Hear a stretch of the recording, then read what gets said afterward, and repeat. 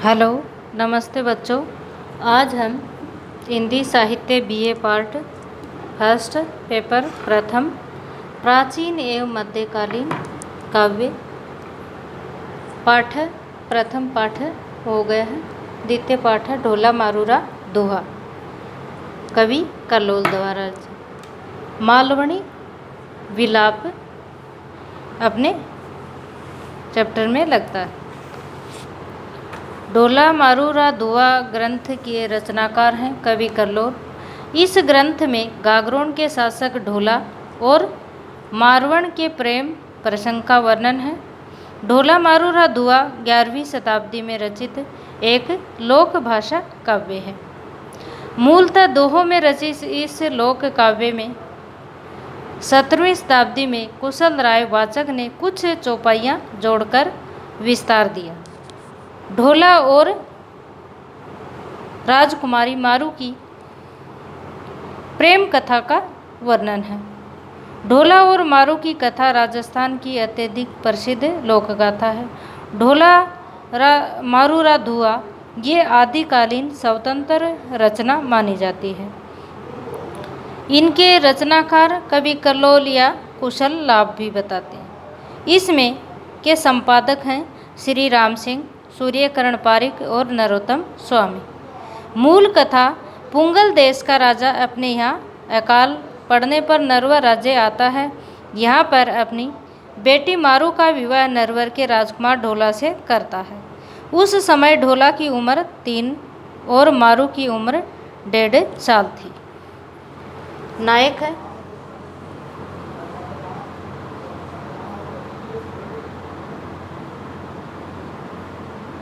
ढोला, जो कछवा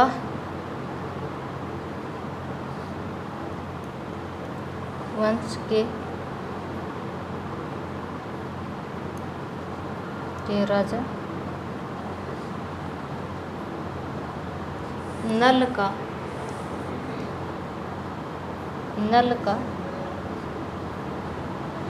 पुत्र है। और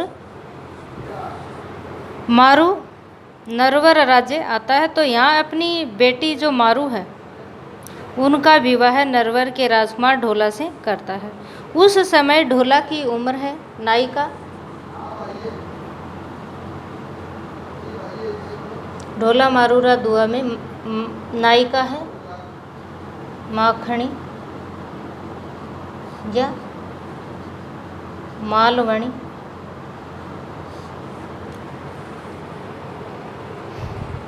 ढोला की उम्र उस समय 3 वर्ष थी तथा मारू की उम्र है वो 1.5 साल थी। सुकाल आने पर पुंगल का राजा परिवार सहित अपने महल लौट जाता है और कई समय बीत जाते हैं। ढोला बचपन के विवाह को भूल जाता है और बड़ा होने पर मालवणी से उनका विवाह हो जाता है। जो अब क्या होता है, जब मालवणी से उनका दूसरा विवाह हो जाता है तो मालवणी अपने सौतन मारू और उनकी जो सुंदरता का किस्सा वह सुन रखा था, तो इसीलिए वह पुंगल से आया हुआ कोई भी संदेश वह ढोला तक नहीं पहुंचने देती थी। उधर मारू एक रात सपने में ढोला को देखती है। उसके बाद अंत में उसके जी को चैन नहीं मिलता, तो मारू के पिता ने सोचा कि पुंगल का राजा एक चतुर गायक को वहाँ भेजता है और गायक है वो ढोला तक पहुँचने में सफल हो जाता है और उनका संदेश वो गाकर पहुँचा देता है गीतों के माध्यम से। पुंगल और मारू का नाम सुनते ही ढोला को पहले वाले विवाह की याद आ जाती है। ढोला सुनते ही मारू से मिलने के लिए बेचैन हो उठता है और वहाँ से मगर अगर मालवणी उसे किसी बहाने रोकती रहती थी, वहाँ तक जाने नहीं देती थी मारू के पास। एक दिन ढोला मारू से मिलने के लिए तेज ऊँट पर सवार होकर निकल ही पड़ता है। मारू ढोला को देख झूम उठती है, तब वह मारू को लेकर नरवर और लौटता है तो रास्ते में एक खलनायक और आता है, उमरा सोमरा। मारू को देखते ही वह मारू को छीनने का प्रयास करता है, लेकिन उमरा सुमरा को हराकर वह ऊँट पर हवा की रफ्तार से उसको डोला है वो अपने राज्य वापस आ जाता है। नरवर लौटकर वह मालवणी को भी मना लेता है और तीनों है वह सुखपूर्वक से रहते हैं। अब ढोला है वो मारू को लाने जब चला जाता है, उसके बाद मालवणी का जो विरह वर्णन है उसका वर्णन इस पाठ में किया गया है। यह एक राजस्थान का प्रसिद्ध लोक काव्य है। मोस्ट बातें हैं इनकी। राजस्थान का प्रसिद्ध लोक काव्य है। राजस्थानी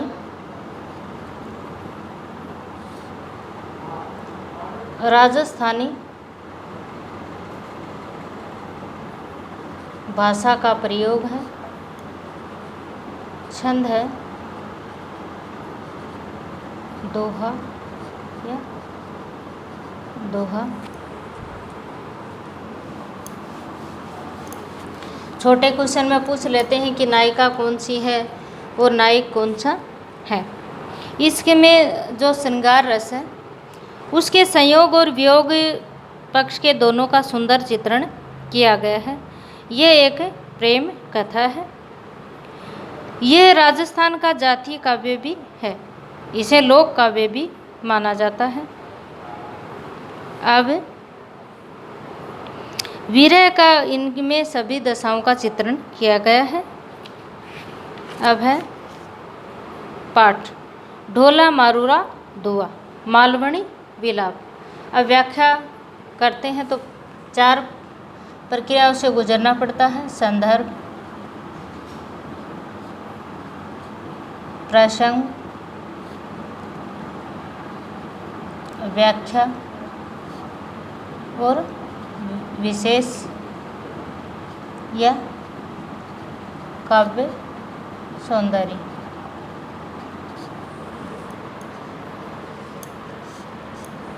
संदर्भ में रचना और रचनाकार का नाम। प्रसंग में जो कौन किसके बारे में क्या कह रहा है। प्रसंग व्याख्या में अपने जो खुद के विचार प्रकट करने होते हैं। विशेष में कला पक्ष और भाव पक्ष दोनों का चित्रण होता है। भाव में उसके मूल जो संवेदना होती है और कला पक्ष में छंद है, अलंकार है, रस है, इनका वर्णन आता है। अब है पहला धाऊ धाऊ हे सखी दो दावणी को लाज साहिब मैं कहूँ चलयू जय कहूँ राखो आज। धाऊ धाऊ का अर्थ है दौड़ो दौड़ो। हे सखी दो दावणी का अर्थ होता है लगाम। दावणी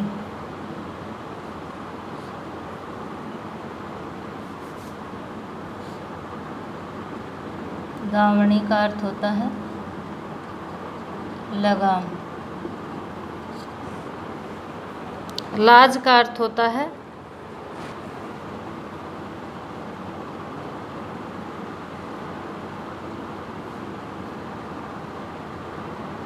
लज्जा।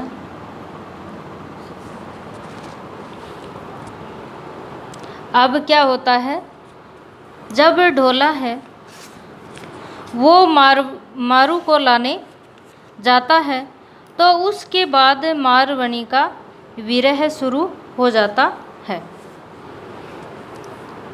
तो वह अपनी सखी से ढोला को रोकने के लिए कहती है।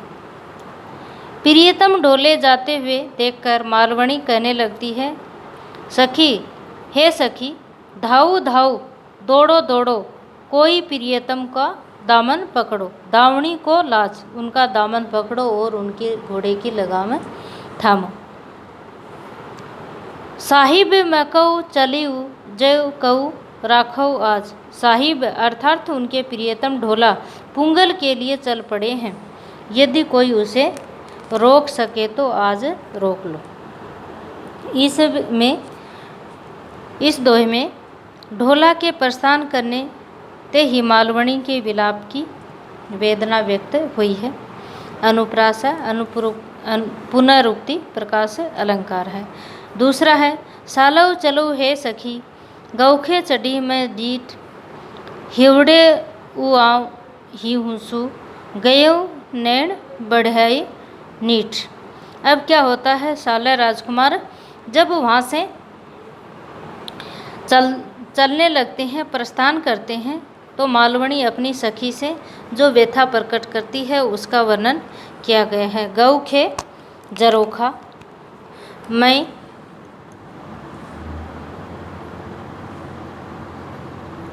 गौ खे का अर्थ होता है जरोखा और मई का अर्थ होता है मैंने। नीठ का अर्थ होता है कठिन से।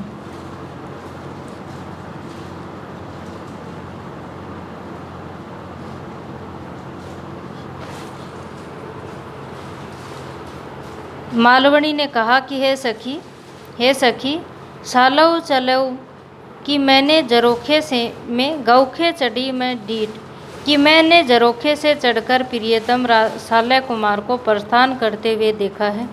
तब मेरा हृदय उनके साथ वासव गयु नैण बढ़ाई नीठ कि मेरे प्रियतम जब जा रहे थे तो मेरे हृदय है वो उनके साथ चला गया और नेत्रों को मैं बड़ी कठिनता से लौटा सकी। आशा ये है कि मेरा हृदय प्रियतम पर आसक्त था, इससे मुझे वेदना हो रही है। नारी हृदय की विवस्था और विरह व्यथा का वर्णन इसमें किया गया है। तीसरा है बिछुड़ताम ई सजना राता किए रतन वारा विहू चिहू नाखियाँ आंसू मोती रन। ई का अर्थ है ही।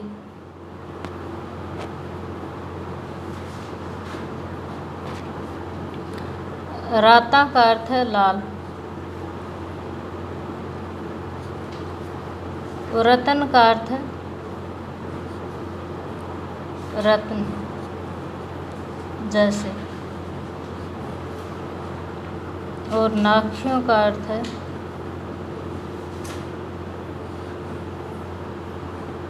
डाले।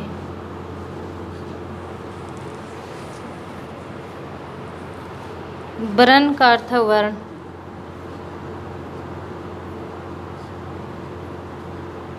वर्ण।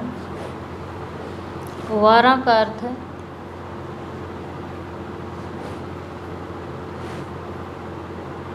बार।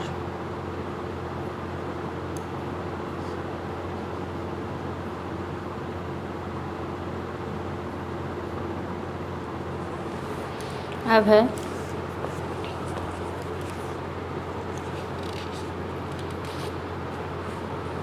अब मारवणी कहती है, ये वीरणी मारवणी का कथन है। वह प्रियतम को लक्ष्य कर अपनी वेदना बताती है। मालवणी ने प्रियतम ढोला को लक्ष्य कर कर कहा, हे प्रियतम तुम्हारे बिछुड़ते ही मैंने अपने रतन रूपी नेत्रों को रो रो कर लाल कर लिए हैं। मैंने रात दिन चारों पहरों में अर्थात लगातार मोतियों के समान वर्ण वाले आंसू गिराए हैं, अर्थात रात दिन रोती रहती हूँ। अनुप्रास रूपक और उपमा अलंकार का प्रयोग हुआ है। सजनिया बड़वई कई गौखे चढ़ी लहक भरिया नयन कटोरे जो मुग्धा हुई डहक।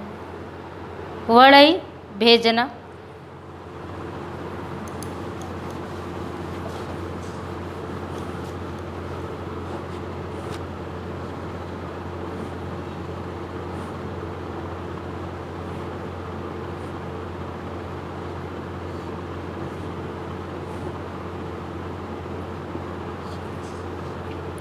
लहक।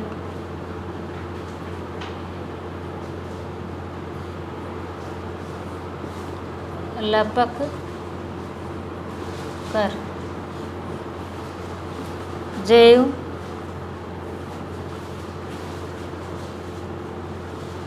ज्यों का अर्थ है जैसे।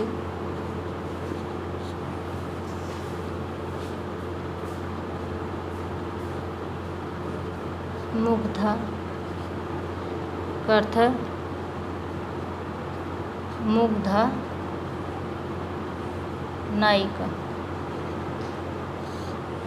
तो कहते हैं मालवणी अपनी सखी से कहने लगती है, सजनिया बड़ई कह गौखे चढ़ी लग, कि जब प्रियतम ढोला है वो ढोला को भेजकर मैं लपक कर जरोखे पर चढ़ी, अर्थात जाते हुए प्रियतम को देखने के लिए तुरंत जरोखे पर गई। उस समय मेरी आंखें कटोरे सी भर आई, भरिया नैन कटोर जो, कि मेरी आंखें हैं वो कटोरे सी भर आई, और मैं मुग्धा नायिका की तरह मुग्धा हुई डहक, और मैं मुग्धा नायिका की तरह बिलखने और करुण क्रंदन करने लगी। अनुप्रास है, उपमा अलंकार है, दोए छंद का प्रयोग हुआ है। मालवणी ने स्वयं को मुग्धा नायिका बताया है। है रे जीव निर्लज तू निक्षा जात न तो ही, प्रिय बिछुड़ताम निकषो नहीं, राहु लजावण मोही। अब क्या होता है, जब उनका प्रियतम चला जाता है तो वह अपने प्राणों से कहती है कि तुम मेरे प्रियतम जब जा रहे थे तो तुम निकले क्यों नहीं। इसका वर्णन करती हुई कहती है, जीव का अर्थ होता है प्राण,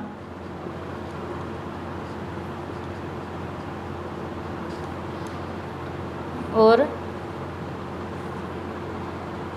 है का अर्थ होता है अरे या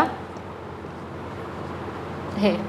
तो कहती है मालवणी कहने लगती है, अरे मेरे प्राण, तू बड़ा निर्लज है, लज्जाशील है, तुमसे तो शरीर से बाहर निकला भी नहीं जाता, प्रियतम के बिछुड़ते समय तो क्यों नहीं निकलता, यदि तू निकल जाता तो मुझे वेदना नहीं होती, तू कैसे बच गए। आज हम इतना ही करेंगे, धन्यवाद। जो बचे हुए हैं वो अगली जो अपनी वीडियो होगी उसमें सारा करवाया जाएगा और व्याख्या भी करवाएंगे। धन्यवाद।